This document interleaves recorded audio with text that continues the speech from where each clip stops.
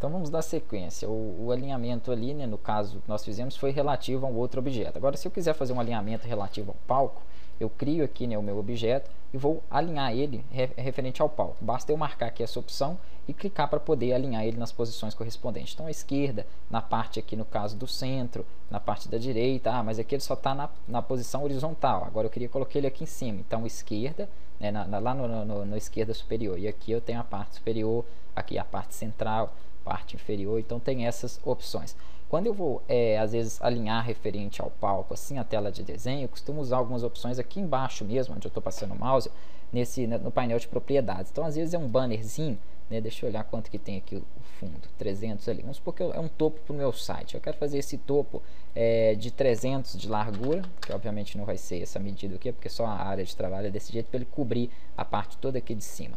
300 de largura por 60 de altura. Beleza, então esse seria o topo do meu site. Em vez de eu utilizar o painel de alinhar, quando eu quero posicionar ele aqui na posição superior, por exemplo, e à esquerda, o eixo X, quanto menor ele for, né, por exemplo, se ele for 0, significa que o meu objeto vai ficar encostado aqui à esquerda da minha página. Vamos fazer lá para que vocês entendam ali. E outra coisa, vocês viram que eu já posso jogar o tamanho do objeto justamente aqui no L, que é a largura, e no A, na altura. Então 0, e eu quero alinhar ele na parte superior, bem encostando aqui em cima. Então meu eixo Y também é 0.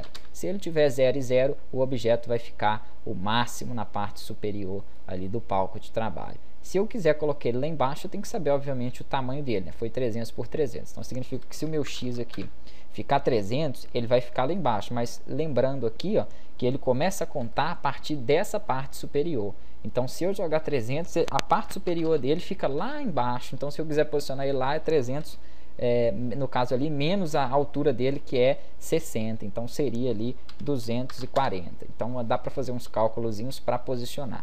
Às vezes, quando é no topo ali, eu vou costumar usar aqui. Mas, se você não quiser calcular, você pode trabalhar com as opções aqui, né, de alinhamento, como eu já mostrei. Se você quiser alinhar, por exemplo, deixa eu diminuir isso aqui. Tem um objeto aqui, ó. Vou fazer o seguinte, para duplicar ele, eu poderia copiar e colar ou segurar o Alt, clicar e arrastar. Então o Alt duplica os objetos aí, ó. Gerei 2. Eu queria fazer o seguinte, alinhar um embaixo do outro, na mesma direção, e depois posicionar eles referente ao palco. Para fazer isso aí, ó, se eu selecionar os dois e tentar, deixa eu alinhar eles primeiro, né, um embaixo do outro. Então como que eu faço isso? Alinhamento aqui no centro, na horizontal. Pronto, um passou para baixo do outro. Só que eu queria posicionar os dois aqui, ó, na esquerda, na parte inferior. Se eu vim aqui mandar fazer isso, marcar aqui relativa à tela de desenho, né, e mandar ele posicionar ele, já até está na relativa à tela de desenho, na parte esquerda inferior, os dois vão para lá, ó, parte inferior. Então um fica em cima do outro, tá? Mas como que eu mantenho eles dessa forma que ele tá? Então tem que passar esses dois objetos em um só. Então teria que agrupar. Então tem alguns recursos para você posicionar eles, você tem que agrupar, juntar. Agora ele não vai acontecer aquilo. Eu vou alinhar ele na esquerda e na parte inferior ele vai passar para lá certinho sem que eles se unam. Ah, mas depois eu me arrependi, eu queria deixar uma distância um pouquinho menor entre eles. Então basta você desagrupar, né? Pode apertar com o botão direito, escolher a opção desagrupar ou o comando dela aqui, Ctrl Shift G. Então desagrupei, poderia aproximar mais eles, fazer o alinhamento novamente e jogar, né, agrupar, Ctrl G, posicionar eles lá de novo.